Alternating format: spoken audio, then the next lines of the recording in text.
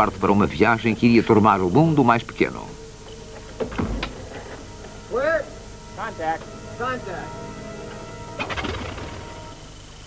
No seu avião Spirit of St. Louis, Charles Lindbergh será o primeiro a atravessar sozinho o Atlântico, tornando-se num dos grandes pioneiros da aviação.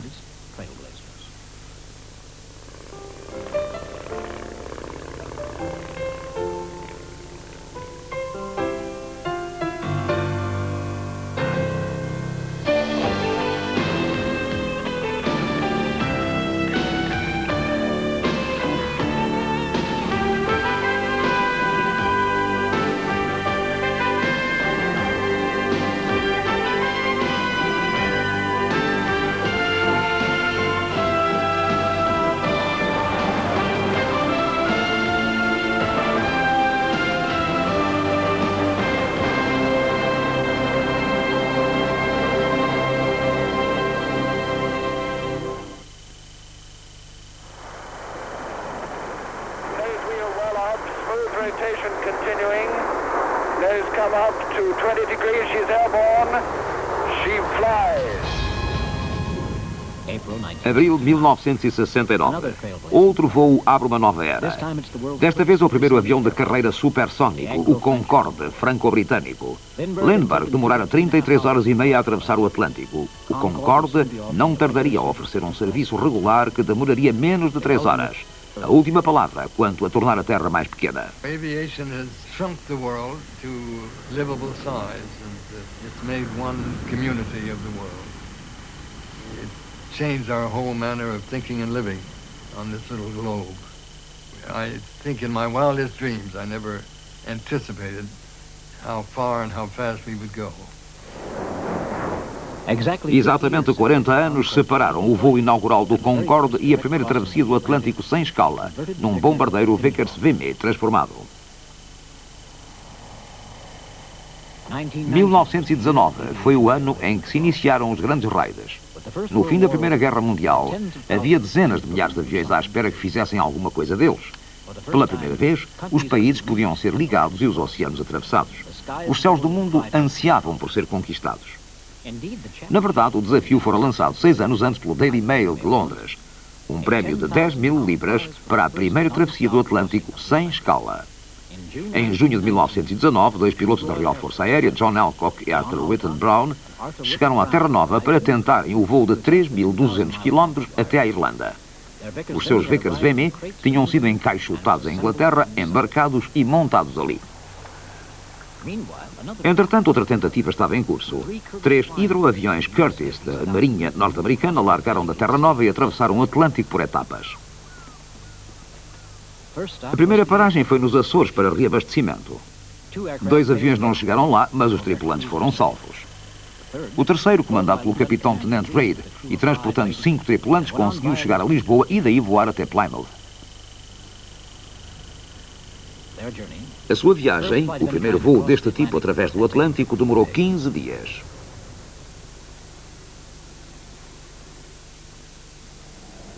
Na América do Norte, nada menos de 12 aviões diferentes estavam a ser preparados para o prémio de 10.000 libras.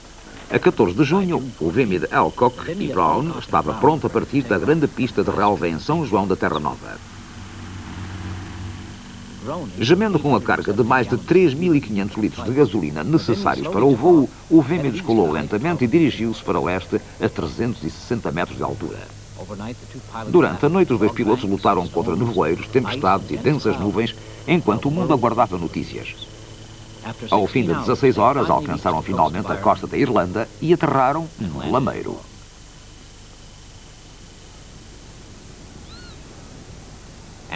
Um fim nada cerimonioso para uma tal aventura, mas os 2 homens tornaram-se de imediato heróis, receberam o prémio e foram armados cavaleiros. A primeira travessia do Atlântico sem escala em 1919 foi uma das muitas proezas desse ano notável. Em novembro, 2 irmãos australianos, Ross e Keith Smith, regressando da Europa depois da guerra, enfrentaram outro desafio. O governo australiano oferecera 10.000 libras para o primeiro voo de Londres à Austrália em menos de 30 dias. Depois de uma viagem atribulada de mais de 18.000 km, os Smith aterraram em Darwin 2 dias antes do fim do prazo. Por detrás deste voo estava a perspectiva da aviação comercial.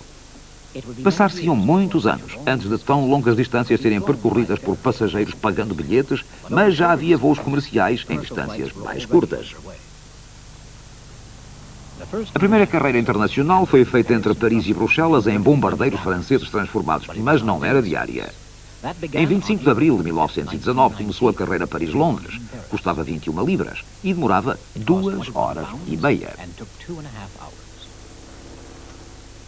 Dentro de poucos anos já havia carreiras por toda a Europa.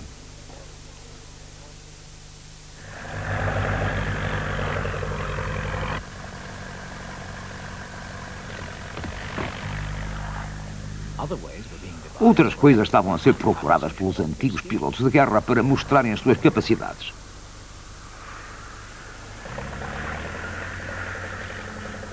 Some of them had the idea of using surplus planes for circuses, flying circuses.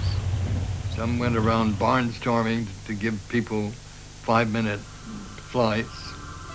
It was all very novel, but disorganized. Um dos mais populares aviões de circo dos Estados Unidos foi o Curtiss Jenny. A Jenny was a good airplane.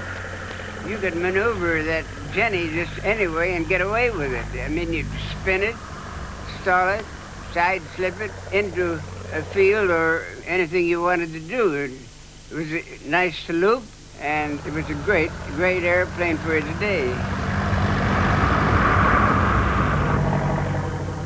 It was easy to handle.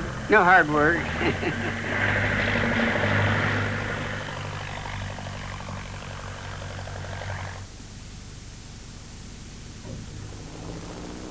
Na Grã-Bretanha, através dos anos 20, a maestria do circo voador de Alan Cobham maravilhou as multidões. Por detrás das acrobacias havia um objetivo sério: mostrar o potencial do voo a novos e a velhos.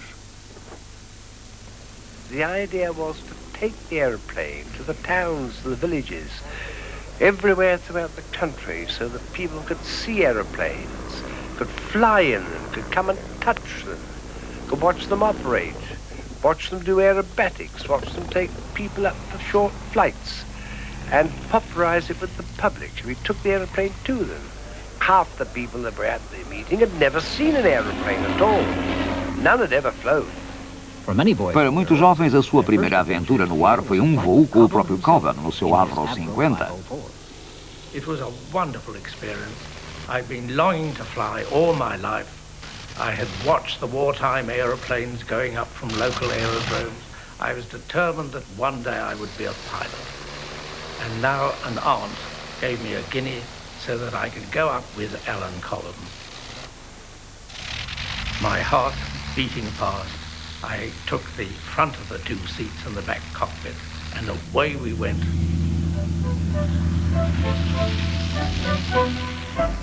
With a gale of wind blowing into my mouth, gasping for breath, looking at the increasing view, the trees spreading wider, the view going greater and greater. And then suddenly the machine dipped a wing and I clutched the sides of the fuselage, wondering what's going to happen next, but it was only a turn.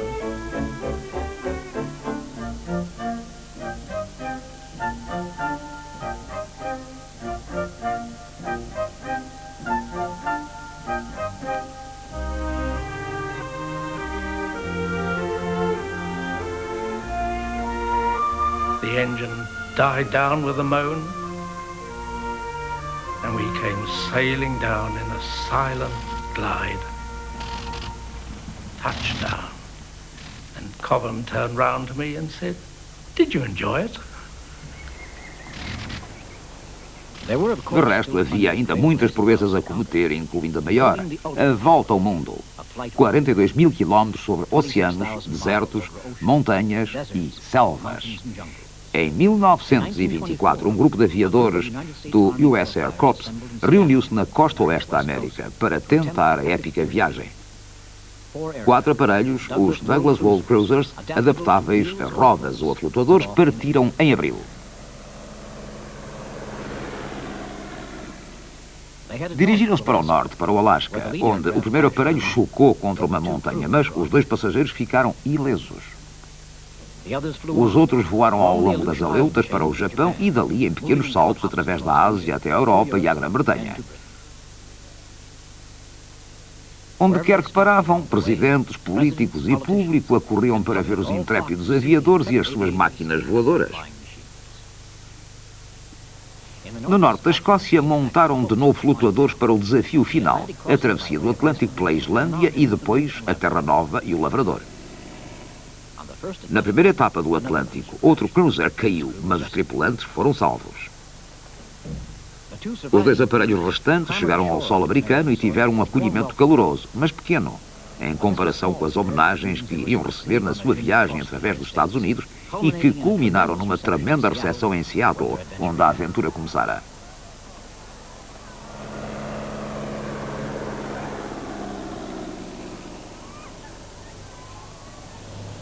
Tinham completado a primeira viagem aérea de circunnavegação. Demoraram 175 dias. Estas proezas audaciosas tiveram consequências comerciais. O United States Post Office notou bem depressa o potencial do correio aéreo e os serviços intercidades surgiram por toda a parte através do país.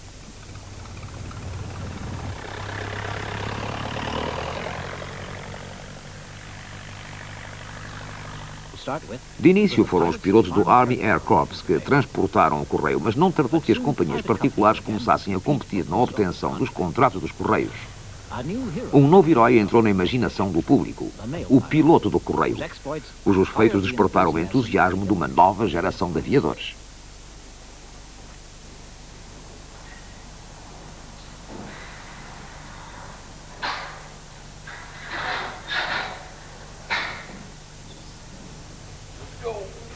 Well, as a boy 11 years old, working at Sid Chaplin Aerodrome, South Hollywood, going out to the field after school on our bicycles, my brother and I, we got acquainted with some of the pilots. And so from then, we kept working around the airport, wiping wings, pulling chocks, oiling rocker arms. And the next 2 years, we were all eyes, like a dog in a sausage factory. We were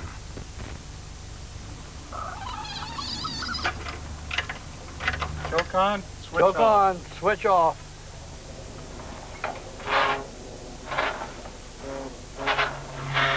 Choke off. Choke off. Contact. Contact.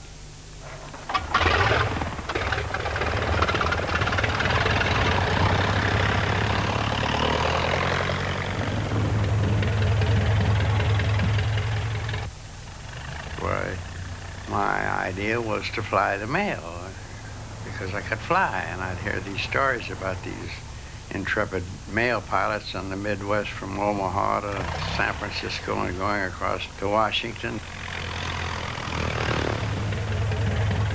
This is before passenger lines were flying and before Lindbergh flew to Paris. I couldn't wait to get back and start flying the mail.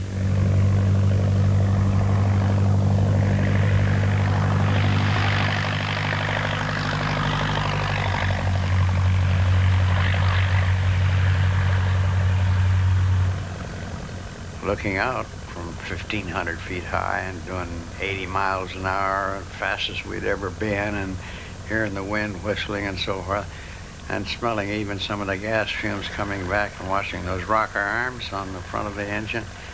From then on, that was it. We had finally reached a point where when we knew we were going to stay in these airplanes, that was all there was to it. And it was, it's been so many years ago. 60-something years ago.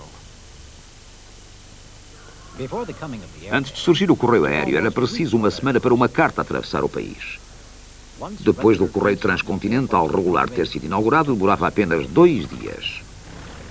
The early mail pilots were he-men. They were rough and ready, but lovable fellows who were in the thing because it was a new and dangerous business.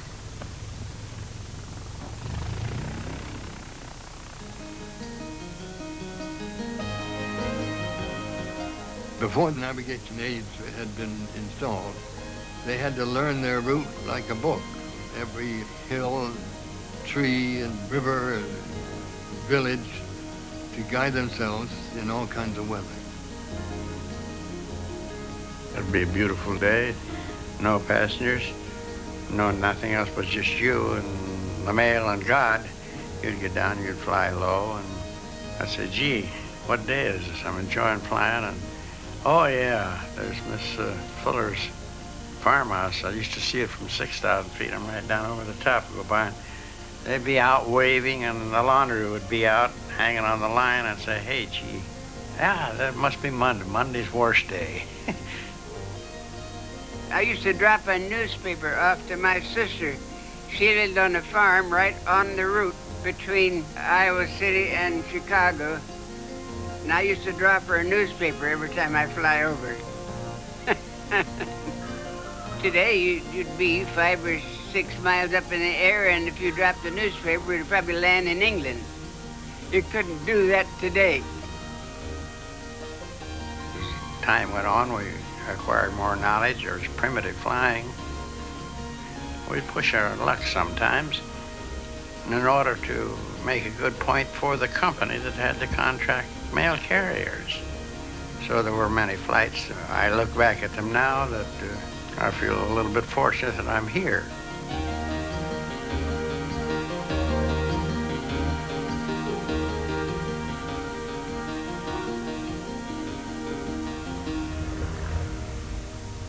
Foram os subsídios do Post Office que lançaram e sustentaram o correio aéreo. A seu tempo, esses subsídios levaram à corrupção e ao escândalo, mas sem eles, o correio aéreo nunca teria existido nos Estados Unidos.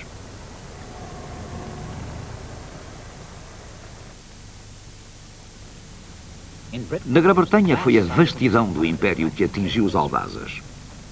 Em 1925, Alan Coben largou de Croydon, perto de Londres, num voo de longa distância para reconhecer rotas potenciais para a recém-formada Imperial Airways.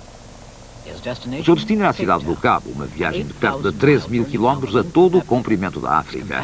Os seus companheiros eram um mecânico e um operador de cinema. One had no meteorological reports. They couldn't even telephone up ahead to find out what it was like. So you flying into the unknown as far as weather was concerned.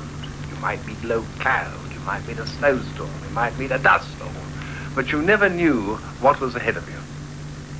One is amazed how on earth he ever found these strips which the local men had cleared in the jungle, but find them he did with a compass.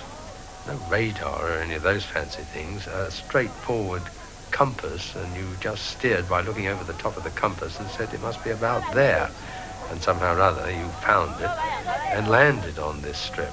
And there this local commissioner would meet you, and there would be men posted about the airplane. I mean, animals really was what you were protecting the airplane from, in case they did any damage to it while it stayed there overnight.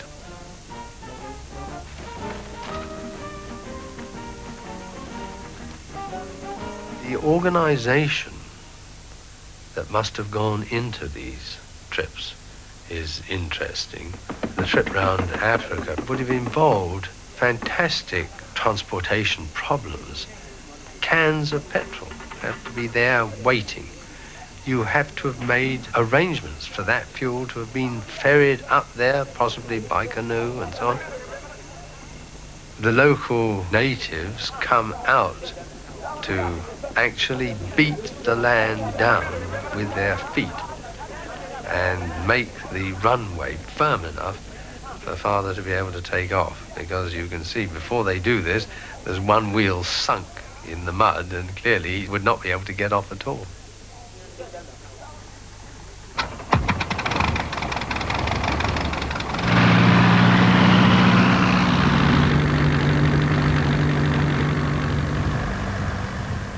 Thousands of people turn out and welcome this pioneer from England. I should think some of them thought, this madman from England, and if you look at the country that had been traversed, you're inclined to agree with some of them as well. De Londres à cidade do Cabo em 3 meses, o segundo dos 4 voos de longa distância feitos por Coben através do Império Britânico. By that method, he really opened the Empire Airlines step by step, long before there were airlines capable of doing it. These flights had tremendous publicity. The newspapers of England and often of many other places in the world publicized the story, building him up as a great man, and people were enormously interested. He was the pop idol of the day. Cobham podia ter convencido o público com os seus épicos voos, mas ainda tinha que persuadir o governo britânico. Para os convencer, quando voltou da Austrália, levou o seu caso diretamente ao Parlamento, amarando no Tamisa, em Westminster. After I've given my impassioned speech on having an air route to India immediately, and he said, at the present moment when I send a dispatch to India, I say, thank God I can't get a reply under 2 months. Now Cobham is going to have a reply in a week. Life will be unbearable. We don't want airlines. Para o aviador decidido, o mundo ainda abundava em desafios. O objetivo do explorador americano, o comandante Richard Byrd, era voar sob o Polo Sul. Desde o começo, as condições terríveis do tempo demoraram a tentativa e a tripulação teve de passar o inverno antártico. O avião de Byrd era um Ford trimotor e, para o proteger do intenso frio, a equipa teve de improvisar um hangar invulgar.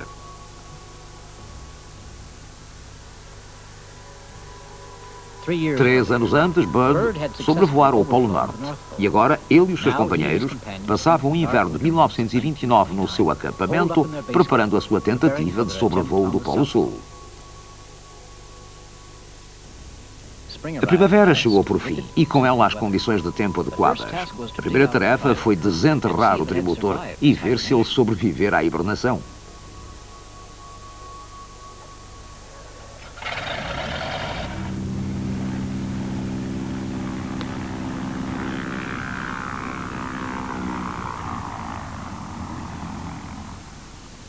A 28 de novembro, o trimotor chamado Floyd Bennett, de nome do companheiro de Byrd no seu voo sobre o Polo Norte, largou com os 4 tripulantes.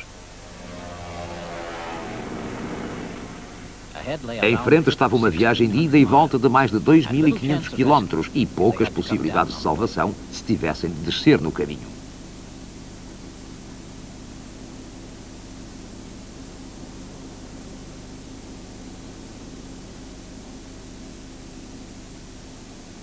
O nível de gasolina começou a baixar perigosamente, de modo que os tripulantes atiraram fora tudo quanto podiam para aliviar o aparelho.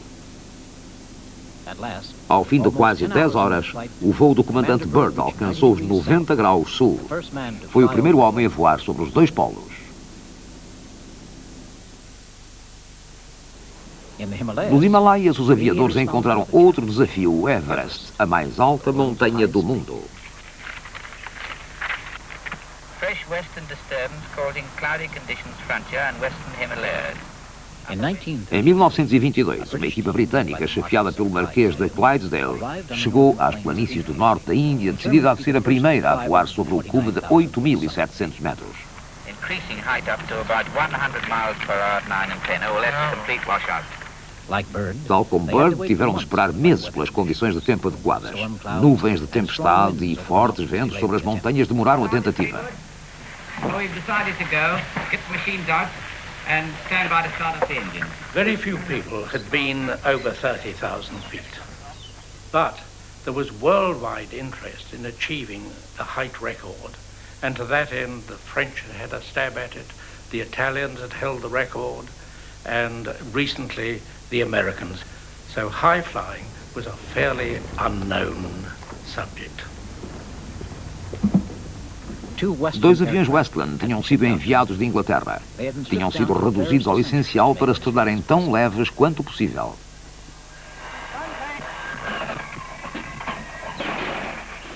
Uma nova gasolina com tetraetilo tinha sido preparada para suportar temperaturas de 60 graus abaixo de zero.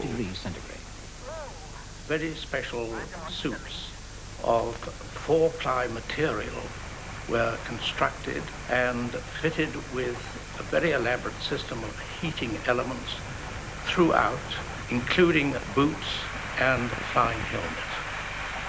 That in turn required large electric power, and therefore big generators had to be fitted to the machine. The helmets were similarly heated, and even the goggles and a face mask had their electrical elements.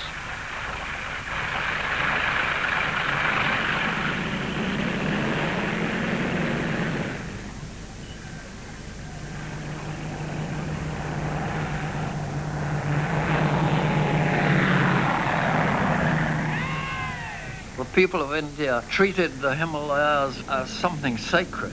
And they felt very definitely that if these gods were disturbed, that all sorts of queer things would happen to them. They'd never seen an aeroplane before in their lives. As equipas experimentavam também máquinas de filmar e filmes a baixas temperaturas e grandes altitudes. There was no possible place to land. And of course, once you'd got sufficient height to get up over Everest, you were well out of gliding distance of the Indian plains. And had there been an engine failure, you couldn't possibly have flown back.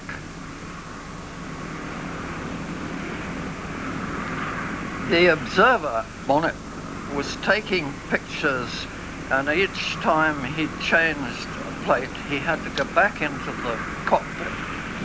And on one of these occasions, he trod on his flexible metal oxygen pipe. And then when he stood up, the pipe parted company. Sem oxigênio a essa altitude, Bonnet não teria sobrevivido, mas a agilidade do seu pensamento salvou-o e os aviões continuaram a sobrevoar o cume. He'd been working with his camera for a little bit longer, and then he began to pass out, and did eventually collapse completely into the bottom of the cockpit. The pilot couldn't do anything about this because there was the two separate cockpits. O voo foi um sucesso, mas como o operador desmaiara, os dois aviões repetiram o voo 3 dias depois para que a sua proeza pudesse ser devidamente filmada. Aventuras como essa geravam títulos. Mais significativo para a aviação comercial era o desafio de voar sem escala entre Nova Iorque e Paris. Uma competição que atingiu o auge há alguns anos antes com um custo trágico. Em 1926, o aviador francês René Fonck e a sua tripulação estavam prontos para tentarem conquistar o prémio Orteig de $25 mil pela primeira travessia feita com sucesso. O problema que todos esses desafiadores do Atlântico enfrentavam era o peso da gasolina que tinham de transportar. O momento crítico era a descolagem, quando a carga era mais pesada.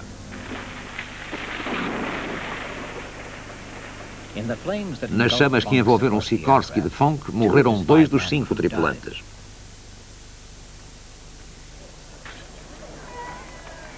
Uma fila de competidores nada desanimados formou-se para a corrida através do Atlântico. Clarence Chamberlain e Lloyd Burton começaram em bom estilo, mas as suas esperanças acabaram quando o trem de aterragem falhou num voo de ensaio.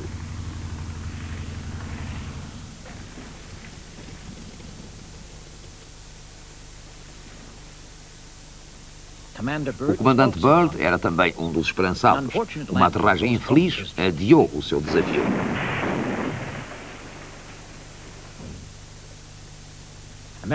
Os pilotos americanos Davis e Wooster preparavam-se para a sua tentativa. No último voo de ensaio, com os depósitos completamente cheios, o avião tornou-se difícil de comandar. Pouco depois da descolagem, mergulhou e os 2 homens morreram. Da Europa veio uma tentativa na direção inversa contra os ventos dominantes.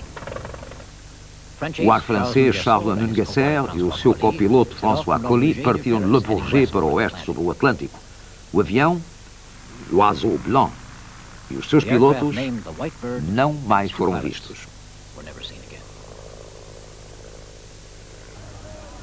O concorrente seguinte foi um avião Ryan, transformado, denominado Spirit of St. Louis.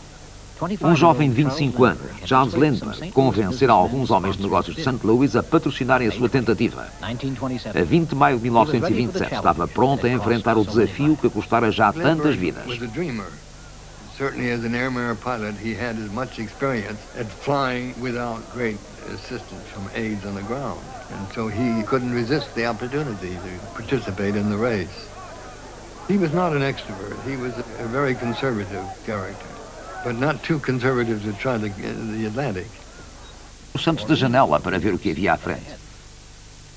Um depósito de gasolina muito grande fora montado mesmo na frente do posto de pilotagem entre as asas, para se situar no centro de gravidade. Tapava-lhe por completo a visão para a frente. Hoje o espírito de Lindbergh não está esquecido. Pilotada por entusiastas, esta reprodução voa regularmente e a aventura épica de Lindbergh vive nos seus escritos. What a beautiful machine it is. In front of the hangar, trim and slender, gleaming in its silver coat. All our ideas, all our calculations, all our hopes lie there before me, waiting to undergo the acid test of flight. For me, it seems to contain the whole future of aviation. When such planes can be built, there's no limitation to the air. My cockpit quivers with the engine's tenseness.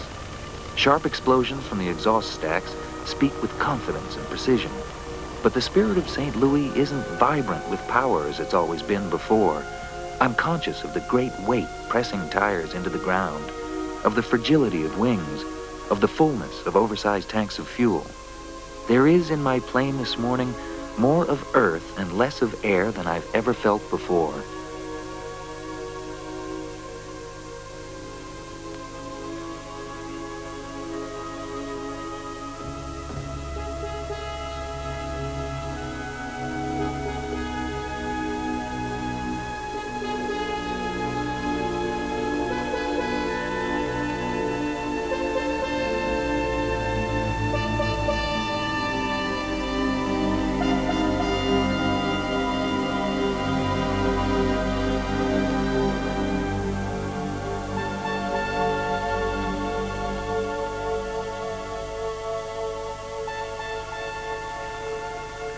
I'm alone at last, over the first short stretch of sea on the route to France.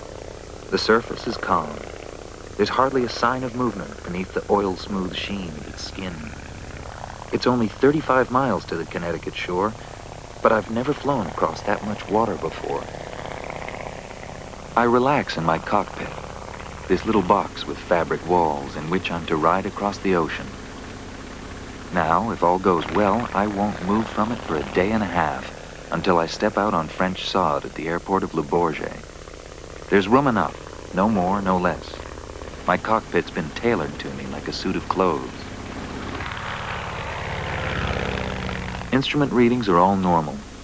The engine sounds smoother than at the beginning of the flight. Possibly it's simply the smoothness a well-cared-for engine gains during the early hours of its life.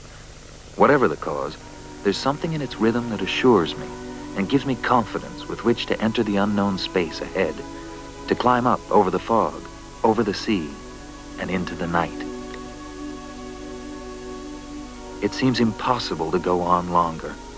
All I want in life is to throw myself down flat, stretch out, and sleep. I've got to find some way to keep alert. There's no alternative but death and failure. No alternative but death and failure, I keep repeating, using the thought as a whip on my lagging mind, trying to make my senses realize the importance of what I'm saying.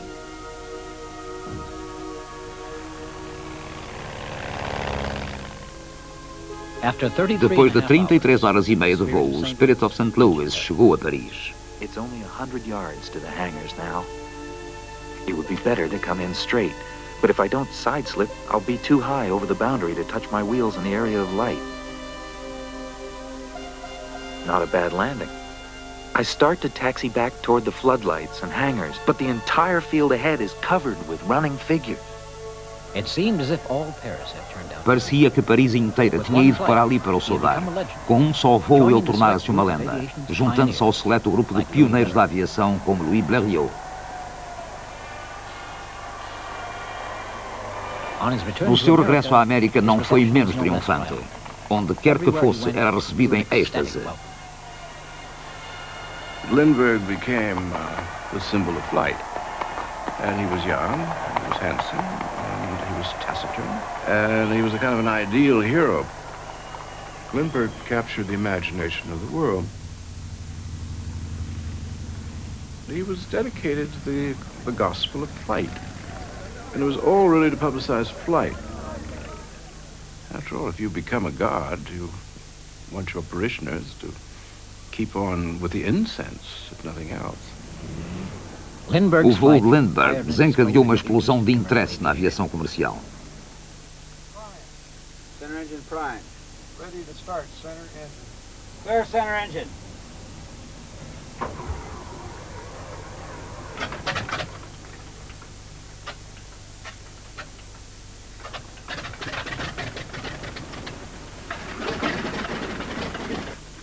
O Ford trimotor, o primeiro avião da carreira americano construído expressamente para esse fim, estava pronto para explorar o interesse público.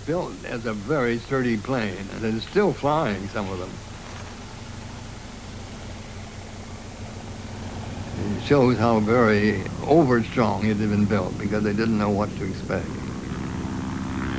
The Ford Motor Company had been interested in aviation by Bill Stout, who had built a single-engine plane, but Mr. Ford felt he wanted more safety, and so we developed the Ford Trimotor plane. Tão sólido era o trimotor que podia fazer looping.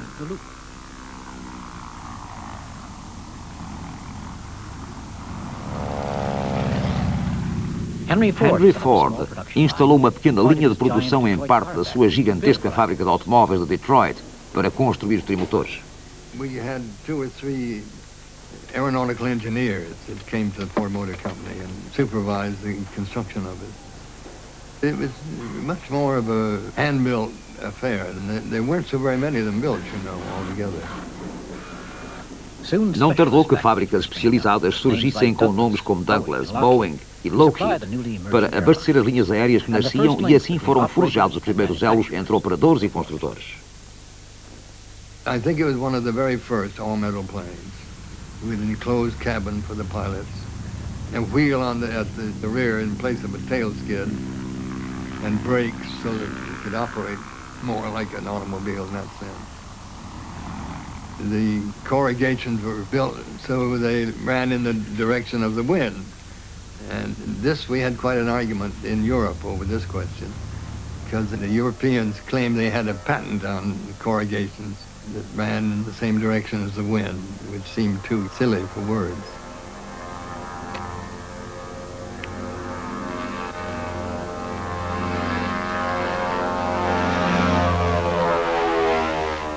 Well, it was nothing like a modern plane. It was heavy. Sometimes you needed help from the co-pilot to handle it in rough weather. It had an excellent wing profile that gave it a good lift.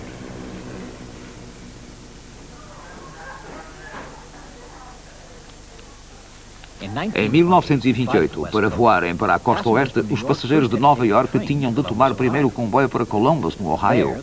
Depois embarcavam no trimotor das TAT Airlines, que os levava por etapas a Los Angeles, incluindo uma paragem noturna.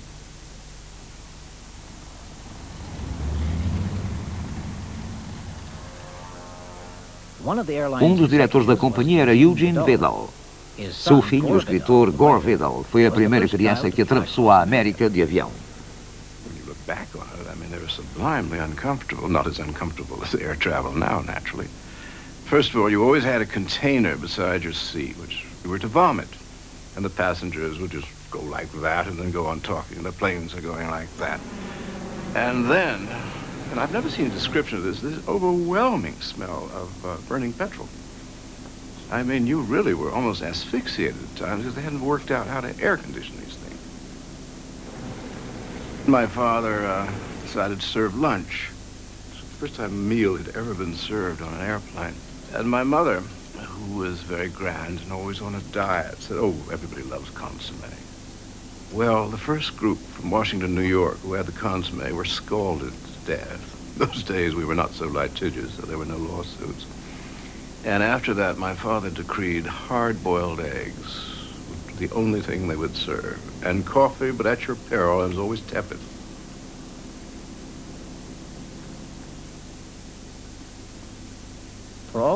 Fosse qual fosse o desconforto que estes primeiros passageiros sofreram, eles tiveram a primeira e inesquecível oportunidade de ver do ar a grandeza do continente americano.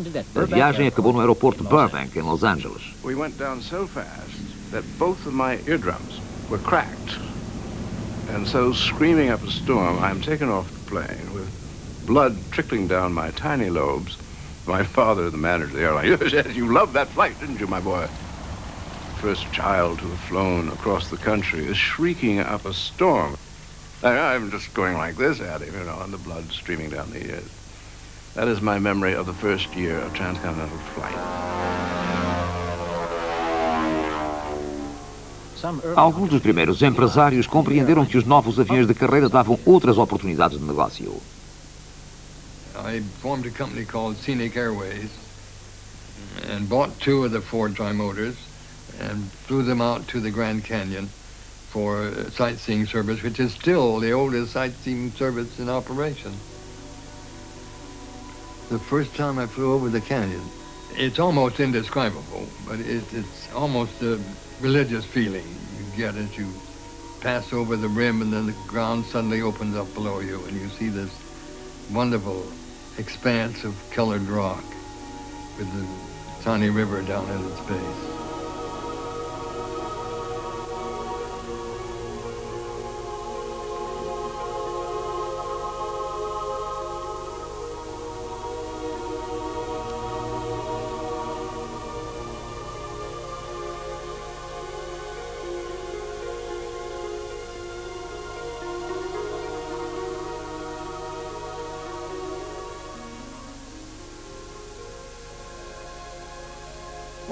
Quando Lindbergh voou sobre o Atlântico, ainda não havia nos Estados Unidos um serviço organizado de transportes aéreos. Um ano depois, 60 mil pessoas eram transportadas pelas novas carreiras aéreas. 2 anos mais tarde, chegava-se a 250 000. Com Lindbergh, surgira a aurora de uma nova era da aviação comercial.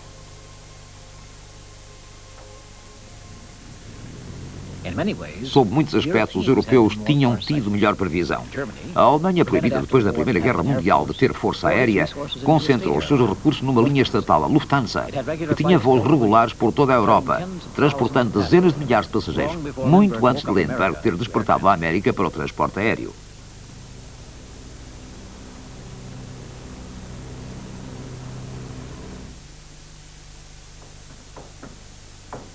Um serviço de correio aéreo para as partes mais distantes do Império era o que a Grã-Bretanha desejava, e a companhia encarregada de transportar foi a Imperial Airways, subsidiada pelo Estado. Transportava passageiros, embora não tantos como a Lufthansa. Oferecia luxo e nos anos 30 teve o avião que o fornecia, o Handley Page 42. Nothing will ever come up to that feeling as I stepped aboard that aircraft for the first time, to see this great lumbering giant as it looked then, a cockpit that looked like a greenhouse stuck on the front, all perspex. It was known as the Flying Orange Box, of course, because of the tail formation. The only people that could afford to fly were government officials whose fare was paid, and of course the very wealthy, whose privilege was to fly around the world wherever they chose to go. And it was our job to make that flight as pleasant and as comfortable and as easygoing as possible. Whatever their want, we were expected to supply it. The HP-42 had to land very frequently to refuel because headwinds cut our ground speed to 30 or 40 miles per hour. It sounds quite remarkable, but we frequently dropped down to those speeds, crossing the desert.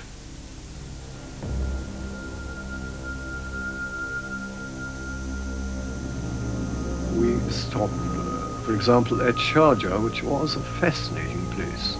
To land there on a patch of sand and taxi up to this very solid fort was quite an experience. Abbas Khan. 6 Saabs coming tonight. Right. I'll come and inspect the rooms in half an hour. Right. Airplane coming 5:30. Both at Chatham. Net! Surface wind and barometric pressure, please. Right. Surface wind northwest 8 miles. Barometric pressure 10, 40.2.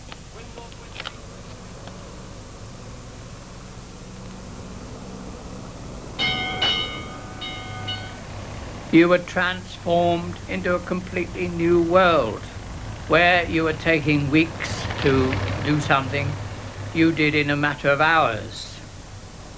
One moment you were in the cold of the UK, and within a very short time you were transformed to the Middle East or the Far East.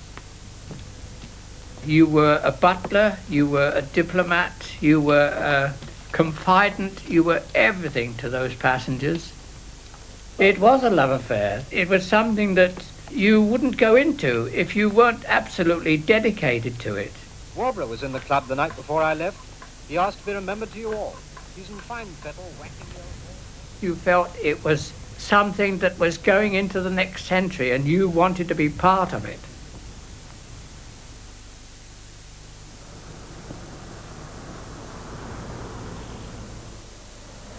Na América, a prioridade das linhas aéreas independentes era o crescente mercado interno, mas não tardou que uma nova companhia, a Pan American Airways System, vise as atrações de um serviço aéreo internacional de correio passageiros. A companhia foi criada por um homem impiedoso, mas com larga visão, John Tripp. The way in which this force, air transportation, is used will have a tremendous bearing on the future of mankind. O primeiro objetivo de Tripp era uma rede de rotas dos Estados Unidos até às Caraíbas e à América Central. Depressa compreendeu que o hidroavião era o tipo de aparelho ideal para os seus planos.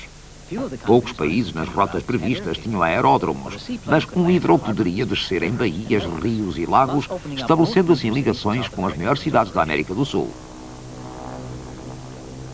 Mas Tripp tinha ambições ainda mais largas para a sua pequena companhia. I told him, I said, Juan, you don't have enough work for me to do. You only have 2 airplanes. And he said, oh, he said, but we're going to have a fleet of airplanes. He said, we're going down to South America. He said, we're going over to Europe, and we're going to cross the Pacific. I said, it's amazing. He said, well, we're going to do it.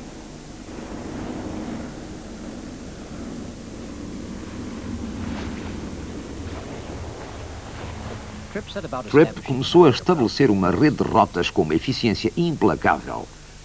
Começou por obter os primeiros contratos de correio aéreo para as ilhas Windward, relacionando-se com os governos estrangeiros, afastou rivais e criou um verdadeiro monopólio de rotas.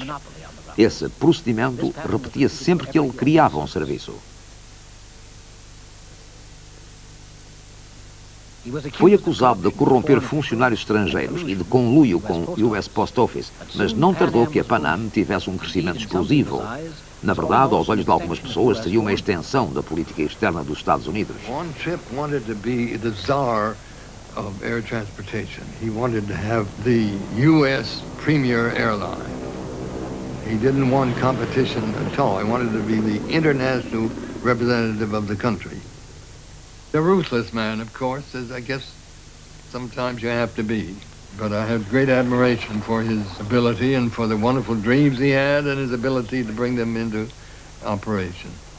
This latest Clipper will be christened the Brazilian Clipper by Madame Vargas, wife of the President of Brazil, and will be placed in service on the East Coast trade route between the United States, Brazil and the Argentina.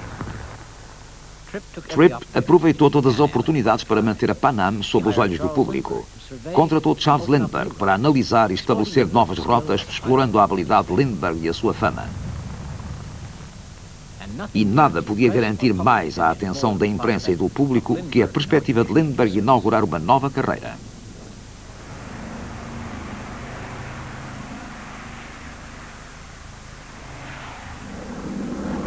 A frota aérea da Pan Am cresceu e o mesmo aconteceu com as ambições de Tripp. Ele viu o potencial de lucro das carreiras através do Atlântico e do Pacífico. Com um hidroavião gigante, o S-42, Tripp planeou uma carreira através do Atlântico, mas quando os britânicos, que não tinham aviões de passageiros que pudessem fazer essa travessia, lhe recusaram o direito de aterragem, voltou-se para o Pacífico.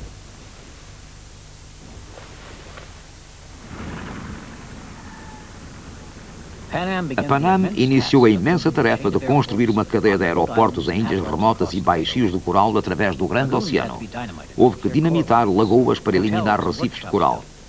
Construíram-se hotéis, oficinas e depósitos de combustível. A primeira fase de Alameda, na Califórnia, a Hawaii, foi a maior, mais de 3.800 quilómetros. Em abril de 1935, o piloto de ensaios Eddie Music fez o primeiro voo experimental até Hawaii. Demorou quase 18 horas. O voo de regresso demorou mais 2 horas. They just barely made it back. There were only 72 gallons of gas left in the tanks. Captain Music was supposed to do his triumphant circle over the city, and he said, hell with that. He came in and landed straight in. Em 1937, os britânicos tiveram finalmente um aparelho que sentiam ser capaz de atravessar o Atlântico, o barco voador Empire, classe C. Portanto, firmaram um contrato com a Pan Am e, em 5 de julho, um Pan Am S-42 largou de LaGuardia, em Nova York, para Southampton.